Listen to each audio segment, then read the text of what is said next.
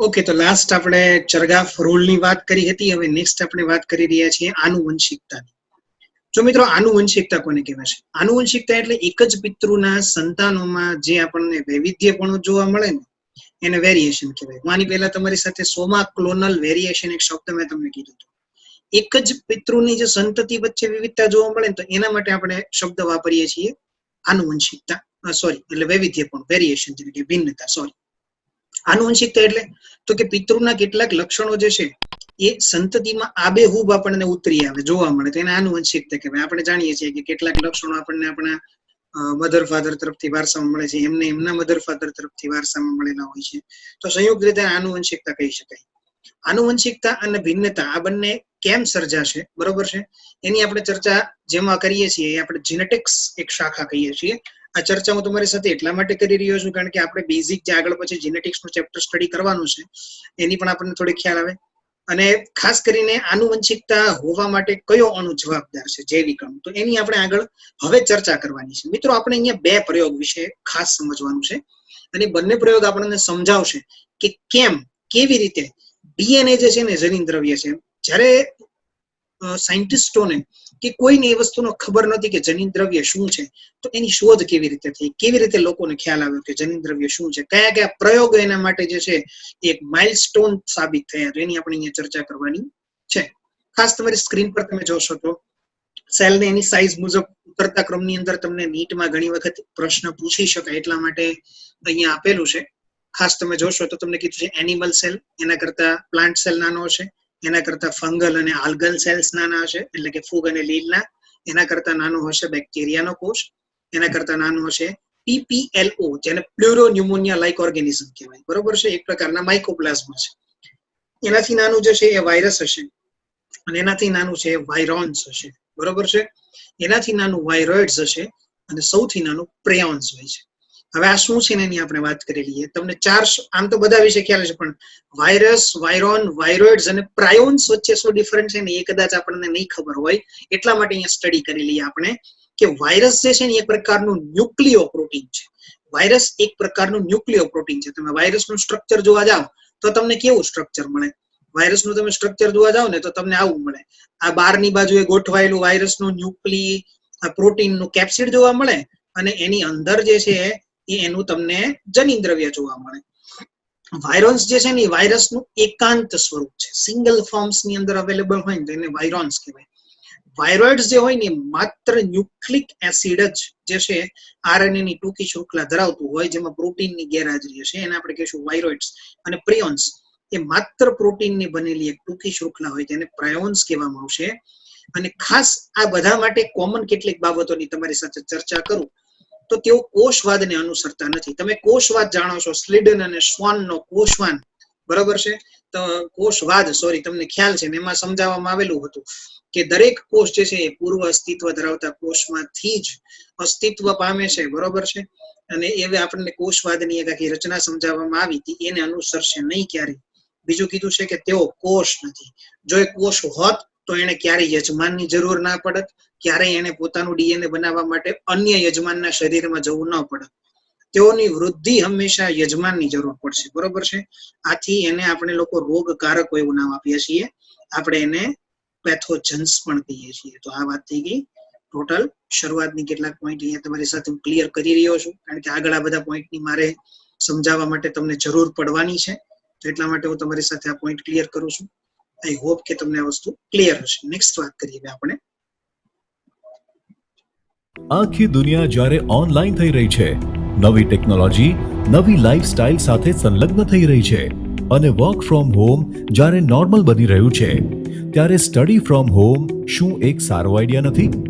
Learn, લિબર્ટીની નવી app. ગુજરાતની સૌથી પ્રતિષ્ઠિત, વિશ્વસનીય કોચ અને માર્ગદર્શક લિબર્ટી કરિયર એકેડમી દ્વારા પ્રસ્તુત છે લર્ન એપ. અને આ એપ ખાસ કરીને ધોરણ 9 થી 12 ગુજરાતી અને ઇંગ્લિશ મીડિયમ તથા નીટ, જેઈઈ મેઇન અને ગુજસેટ જેવી સ્પર્ધાત્મક પરીક્ષાઓ માટે બનાવવામાં આવી છે. તો હવે લિબર્ટીની નવી લર્ન એપ ડાઉનલોડ કરીને આપ ક્યાંય પણ અને આપના અનુકૂળ સમયે અભ્યાસ કરી શકો છો. મિત્રો, સેન્ટ્રલ ડોગમાં પ્રસ્થાપિત પ્રણાલી વોટસન દ્વારા આપવામાં આવેલી હતી. પ્રસ્થાપિત પ્રણાલી વિશે જાણવું જરૂરી છે. હવે આપણે જે આખી ચેપ્ટરમાં ડિસ્કશન કરવા જઈ રહ્યા છીએ એ ડિસ્કશનમાં પ્રસ્થાપિત પ્રણાલીનો શું રોલ છે. જો સેન્ટ્રલ ડોગમા એટલે શું, જીવનનો મૂળભૂત સિદ્ધાંત છે આખો, બરોબર, એને પ્રસ્થાપિત પ્રણાલી એવું નામ આપવામાં આવેલું છે, બરોબર છે. અને જે એક પ્રકારની આખી શૃંખલા છે જેમાં હંમેશા છે ને ડીએનએ માંથી આરએનએ બનવાની જે ઘટના છે એને આપણે લોકો નામ આપીએ છીએ ટ્રાન્સક્રિપ્શન. મતલબ ડીએનએ માંથી જે આરએનએ બને છે એને કહેવાય ટ્રાન્સક્રિપ્શન, એને ગુજરાતીમાં કહેવાય છે પ્રત્યાંકન, બરોબર. આરએનએ 3 પ્રકારની વાત કરીએ છીએ. આરઆરએનએ ની વાત કરીએ છીએ, એમઆરએનએ ની વાત કરીએ છીએ, ટીઆરએનએ ની વાત કરીએ છીએ. રાઇબોઝોમલ આરએનએ, મેસેન્જર આરએનએ અને ટ્રાન્સફર આરએનએ, ત્રણેયની આપણે વાત કરી રહ્યા છીએ. આરએનએ માંથી પ્રોટીન જે બને, ભાષાંતરણ જેને કહેવાય, અને ઇંગ્લિશમાં એનું નામ છે ટ્રાન્સલેશન, બરોબર છે, એને કહેવામાં આવે છે ટ્રાન્સલેશન. અને આટલી જે વાત તમે અહીંયા ડીએનએ ની કરો છો, ડીએનએ છે ને મિત્રો સ્વયં જનન પામે છે. એટલે અહીંયા આ એરો જે છે એ આ રીતે દર્શાવેલો છે કે ડીએનએ શું થાય છે, સ્વયં જનન પામે છે. તો આ જ બાબતને આપણે થોડીક અહીંયા ડિટેલમાં સમજીએ તો કે જો અહીંયા તમને શું કીધું છે કે ડીએનએ માંથી જો ડીએનએ બને, બરોબર છે, એટલે ડીએનએ નું સ્વયં જનન થાય તો એના માટે જે ઉત્સેચક છે એ છે ડીડીડીપી. ડીડીડીપી એટલે ડીએનએ ડિપેન્ડન્ટ ડીએનએ પોલિમરેઝ, પૂરું નામ છે એનું DNA dependent DNA polymerase. DNA માંથી આરએનએ બને, બરોબર છે. તો ડીએનએ માંથી આરએનએ બનવાની ઘટનાને તમે શું નામ આપો છો, તો કે તમે ટ્રાન્સક્રિપ્શન કહો છો, બરોબર છે. એને તમે શું કહો છો, તો કે ટ્રાન્સક્રિપ્શન કહો છો.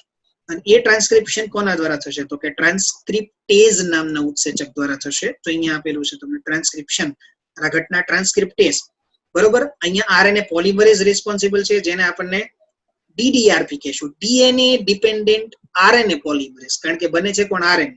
પણ વાયરસમાં કેવું થાય કે વાયરસમાં છે ને એ બને આરએનએ માંથી ડીએનએ બને, બરોબર. વાયરસમાં શું થાય, વાયરસ પાસે પોતાનું આરએનએ હોય અને ડીએનએ બને. આ ટ્રાન્સક્રિપ્શન થયું.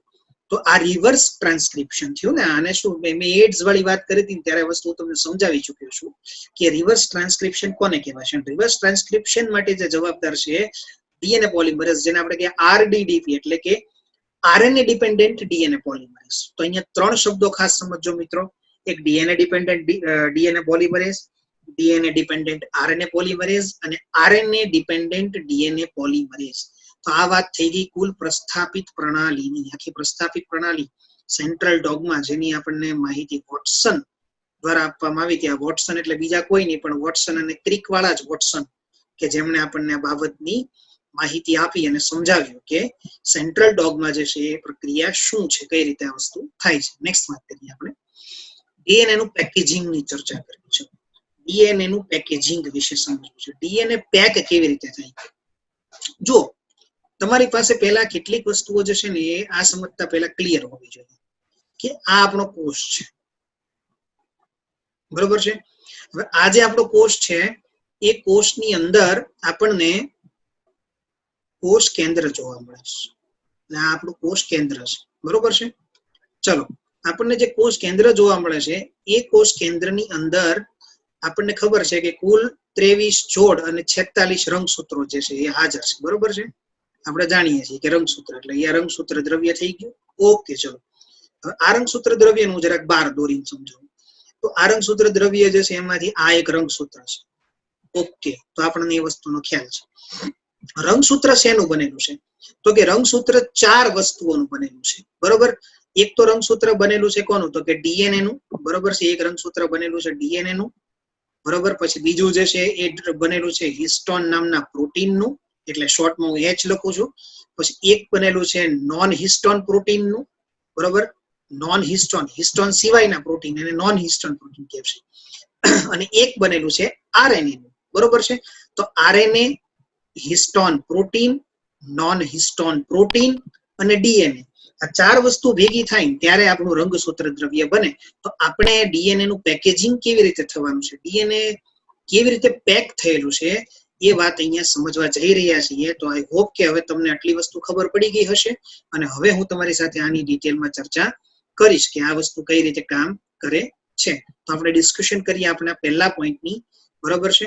તમને કીધું છે કે એક દૈહિક કોષ જો તમે જોશો, બરોબર છે, એક દૈહિક કોષ તમે જોશો તો એમાં તમને 6.6 × 10⁹ બેઝ પેર એટલે કે 2n નંબર જેટલા ન્યુક્લિયોટાઇડ હશે. ખાલી n માં પૂછે તો મિત્રો યાદ રાખજો 3.3 × 10⁹ થશે, બરોબર છે? તો આ સમજવા જેવી વસ્તુ છે. જેનાથી આપણા ડીએનએ ની કુલ લંબાઈ કેટલી થાય છે? તો કે 2.2 મીટર. એક નાનકડા અમથા કોષમાં તમે જોવા જાવ, આ કોષ મેં લીધો તો આ કોષમાં ડીએનએ ની લંબાઈ કેટલી છે? તો કે 2.2 મીટર. અને કોષમાં રહેલા ન્યુક્લિયસમાં આટલી મોટી કદનું ડીએનએ કેવી રીતે ગોઠવાયેલું છે ને આપણી માટે બહુ મોટો પ્રશ્ન છે. કોષની સાઈઝ કેટલી છે આપણા? તો કે ભાઈ આપણો કોષની સાઈઝ તો તમને જે છે માંડ હાર્ડલી જે છે એ 20 માઇક્રોમીટર આજુબાજુ, 10 માઇક્રોમીટર, 20 માઇક્રોમીટર આજુબાજુની સાઈઝ હોય, તેમાં આટલું મોટું ડીએનએ કેવી રીતે ગોઠવાતું છે? સૌથી મોટો પ્રશ્ન છે. જે આ ગોઠવણી છે ને એ પેકેજિંગના કારણે શક્ય બને છે. જેમ કોઈ વસ્તુને આપણે પેકેટમાં પેક કરીએ છીએ, એવી જ રીતે પેકેજિંગ મહત્વનું છે. તો અહીંયા સમજો કે પેકેજિંગનો હેતુ શું છે?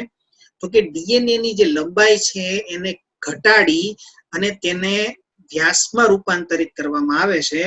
એટલે ડીએનએ જોડાશે અને એની સાથે હિસ્ટોન પ્રોટીન જોડાશે, એટલે જે બનશે એને તમે લોકો નામ આપશો ન્યુક્લિયોઝોમ, અથવા તો એને કહેશો તમે ન્યુક્લિયસ બોડી, બરોબર? બે નામ વસ્તુ.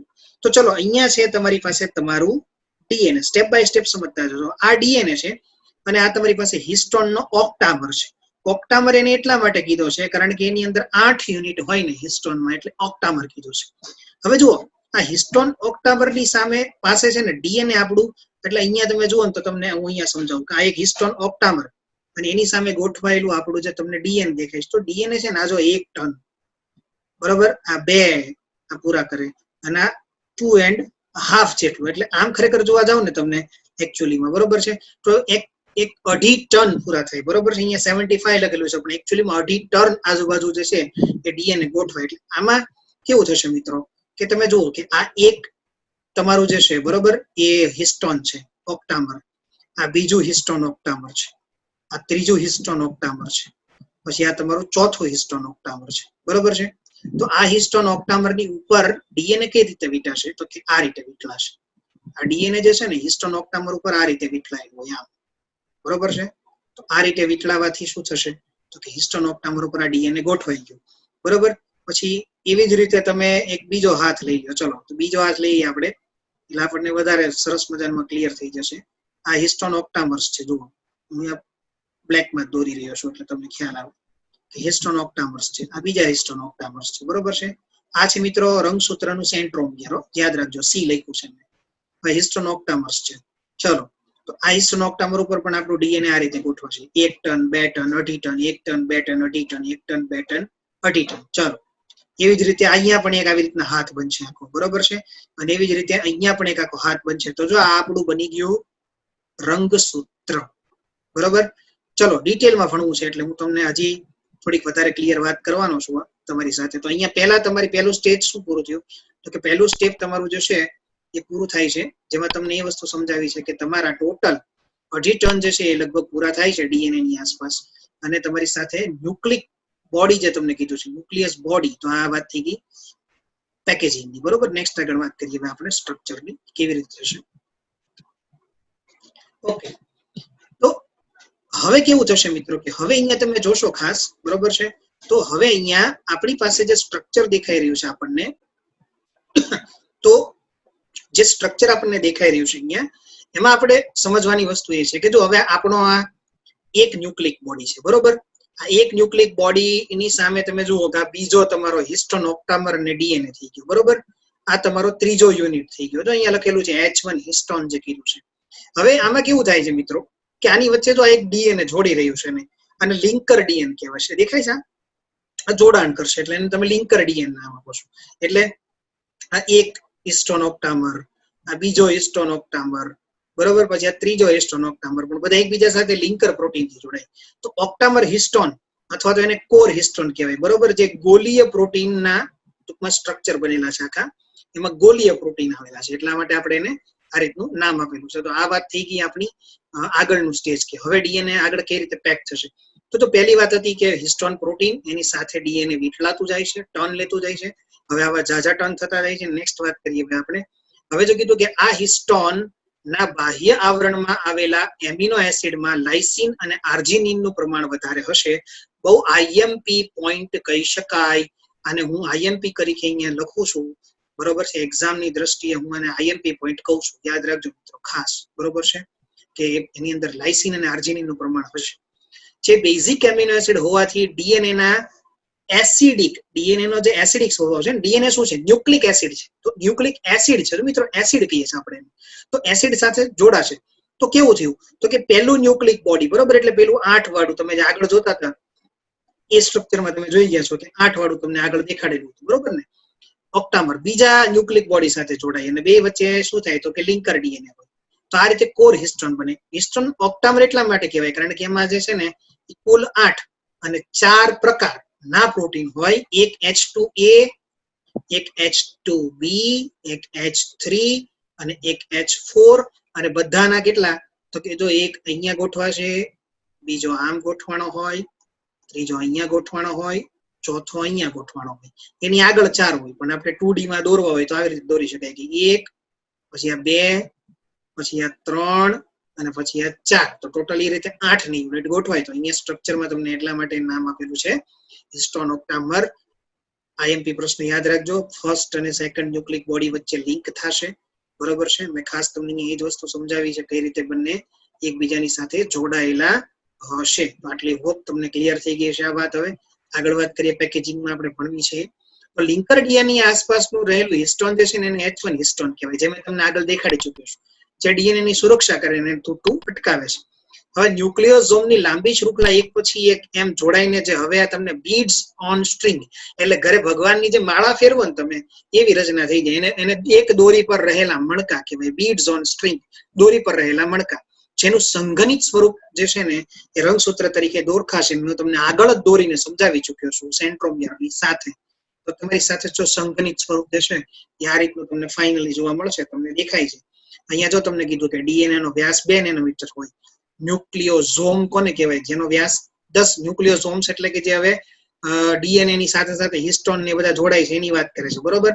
ન્યુક્લિયોઝોમ બોડી જેને કહેવાય, બરોબર, ન્યુક્લિયસ બોડી અથવા ન્યુક્લિયોઝોમ બોડી તમે જેને કહેતા હતા, એ જોડાવાથી છે ને એક 30 નેનોમીટરની વ્યાસ ધરાવતો સોલેનોઇડ સ્ટ્રક્ચર બનશે. સુપર સોલેનોઇડ સ્ટ્રક્ચર 300 નેનોમીટર, અને છેલ્લે રંગસૂત્રિકાની રચના ધરાવતો 700 નેનોમીટરની લેન્થ ધરાવતો એક વ્યાસ, અને એનું રેપ્લિકેશન થવાથી 1400 નેનોમીટરનો વ્યાસ ધરાવતો એક શું બનશે, તો કે આપણું રંગસૂત્ર દ્રવ્ય બનશે. આ વાત થઈ ગઈ ડીએનએ ના પેકેજિંગ ની. આઈ હોપ કે તમને આ વસ્તુ ક્લિયર હશે કે ડીએનએ નું પેકેજિંગ કેવી રીતે થાય છે. સ્ટ્રક્ચરમાં જુઓ તમને ન્યુક્લિયસ આપેલું છે અને ન્યુક્લિયસ તમને સમજાવેલું પણ છે કે ન્યુક્લિયસના સ્ટ્રક્ચરમાં શું શું વાત કરી છે આપણે સમજીએ. જો અહીંયા તમને આ ન્યુક્લિયસ દેખાડેલું છે તમારે સ્ટ્રક્ચરમાં, અને ન્યુક્લિયસમાં તમને પહેલા કીધું કે ન્યુક્લિયોલસ કોને કહેવાય છે, તો કે ન્યુક્લિયોલસ એટલે કે જેને આપણે લોકો જે છે ને એ કોષ કેન્દ્રિકા કહીએ છીએ, બરોબર છે. કોષ કેન્દ્રિકા જેને તમે કહો છો, બરોબર છે, કેન્દ્રિકા, કોષ કેન્દ્રિકા, બરોબર છે, જેને આપણે લોકો નામ આપશું ન્યુક્લિયોલસ, બરોબર છે. થોડી લખવામાં મિસ્ટેક થઈ રહી છે તો થોડુંક એડજસ્ટ કરજો, બરોબર છે. ખાસ તો તમને ન્યુક્લિયોલસ ની વાત કરી, અને કોષ કેન્દ્રિકા કહેવાય છે, બરોબર. કોષ કેન્દ્રિકા ક્યાં આવેલી, કોષમાં આવેલી. ચલો આપણને ક્લિયર છે, બરોબર. અચ્છા, ઓકે. હવે આગળ શું વાત કરી રહ્યા છીએ આપણે, ઓકે. જો અહીંયા ખાસ કીધું ન્યુક્લિયોલસ, જે સક્રિય રીતે આરઆરએનએ બનશે. પહેલો આઈએમપી પ્રશ્ન મારો, આગળ એક વાત કરીને પછી આ સ્ક્રીનનો પહેલો આઈએમપી. આરઆરએનએ નું સિન્થેસિસ ક્યાં થાય, કોષ કેન્દ્રમાં થાય. કોણ કરે, કોષ કેન્દ્રિકા કરે. રિબોઝોમ નું બંધારણ પણ અહીંયા જ બને, કોષ કેન્દ્રિકામાં. ન્યુક્લિયોલસ છે મિત્રો, જોજો ન્યુક્લિયસ નથી. રિબોઝોમના પ્રોટીન સાથેનું જોડાણ જે છે આરઆરએનએ નું જોડાણ પણ અહીંયા જ થશે, બરોબર. આ તમને જે દેખાય છે, આ જે દેખાય ને, આ જે હું રેડ લાઈન કરી રહ્યો છું, બરોબર, આ ન્યુક્લિયસ મેમ્બ્રેન છે. ન્યુક્લિયસ મેમ્બ્રેન એટલે કોષ કેન્દ્ર આવરણ, બરોબર. કોષ કેન્દ્ર આવરણ ની અંદર જે કોષરસ હોય એને કહેવાય ન્યુક્લિયોપ્લાઝમ. ન્યુક્લિયોપ્લાઝમ એટલે કોષ કેન્દ્ર રસ, કોષ કેન્દ્ર રસ, બરોબર. અને એની અંદર નોન હિસ્ટોન પ્રોટીન, બરોબર છે, ટ્રાન્સક્રિપ્શન માટેના ઉત્સેચકો, સ્પ્લાઇસિંગ માટેના પ્રોટીન અને રેપ્લિકેશન માટેના ઉત્સેચકો. આ 3 ઘટનાઓ મારે આગળ તમને સમજાવવાની છે, વાત કરીશ તમારી સાથે.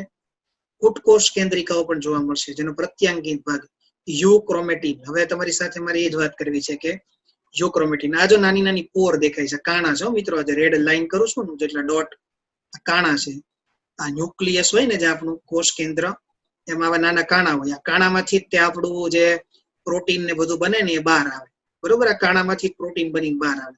પેકેજિંગ માટે પ્રોટીન જવાનું હોય ને આગળ, ગોલ્ગી કાય પાસે બધી જવાનું હોય, અહીંથી જ બહાર આવશે, બરોબર છે. સોરી, પ્રોટીન નિર્માણની પ્રક્રિયા જે છે એ થવા માટે જે ઉત્સેચકો છે અહીંથી બહાર આવશે. પ્રોટીન નિર્માણની પ્રક્રિયા કોષ રસમાં થશે, બરોબર છે. પેકેજિંગ ને બધું કોષ રસમાં થશે, પણ આ અહીંયાથી બહાર આવવાની ઘટના અહીંથી થશે, બરોબર છે. ચેન્જ કરી નાખજો આપણે, પ્રોટીન નિર્માણ બહાર થશે પણ બહાર અહીંથી આવશે, બરોબર. તો આ વાત થઈ ગઈ, અહીંયા ક્લિયર આપણે કરી દઈએ છીએ.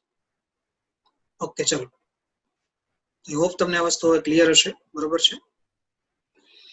યુક્રોમેટિન અને હિસ્ટ્રોક્રોમેટિન શું છે? ક્રોમેટિન એટલે મિત્રો રંગસૂત્ર દ્રવ્ય, અને એના બે ભાગ પડે, એક યુક્રોમેટિન અને બીજો હિસ્ટ્રોક્રોમેટિન. આચ્છાશ પડતું અભિરંજિત જો કોઈ ભાગ હોય, બરોબર છે, તો એ આચ્છાશ પડતા અભિરંજિત ભાગનું એ ટૂંકમાં ક્રોમોઝોમ ઉપર આપણને બે પ્રકારના ભાગ જોવા મળે, એક આછો અને એક ઘાટો. હવે તમને આછો જે ભાગ જોવા મળે ને એને યુક્રોમેટિન કહેવાશે, ઘાટો ભાગ જોવા મળે ને એને હિસ્ટ્રોક્રોમેટિન કહેવાશે. જો અહીં લખેલું છે ઘટ અભિરંજિત, બરોબર છે.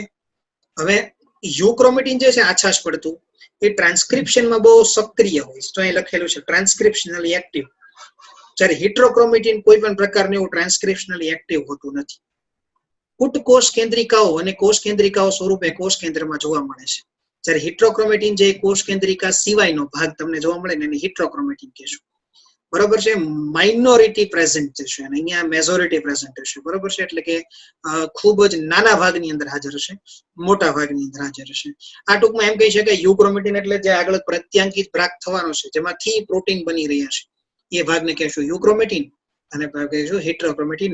ખાસ નોંધી લેજો, ઇમ્પોર્ટન્ટ વસ્તુ છે, બરોબર છે.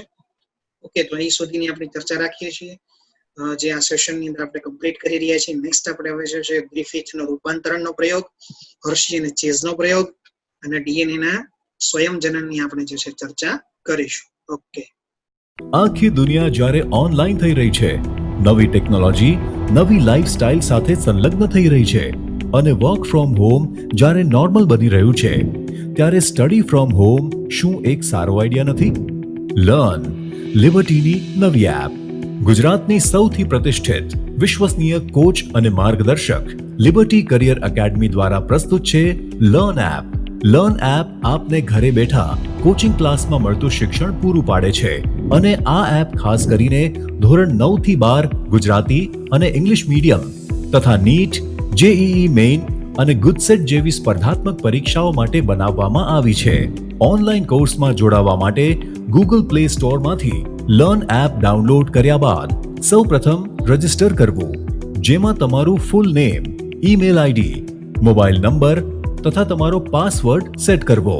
હવે આપને મોબાઈલ પર એસએમએસ દ્વારા ઓટીપી મળશે તથા ઈમેલ આઈડી પર આવેલ કન્ફર્મેશન લિંકમાંથી તમારું અકાઉન્ટ વેરીફાઈ કરાવવું. ત્યારબાદ એપ્લિકેશનમાં તમારા ઈમેલ આઈડી તથા પાસવર્ડથી લોગિન કરવાનું રહેશે. લોગિન થયા પછી હોમ પેજમાં સૌપ્રથમ આપનું ધોરણ સિલેક્ટ કરો.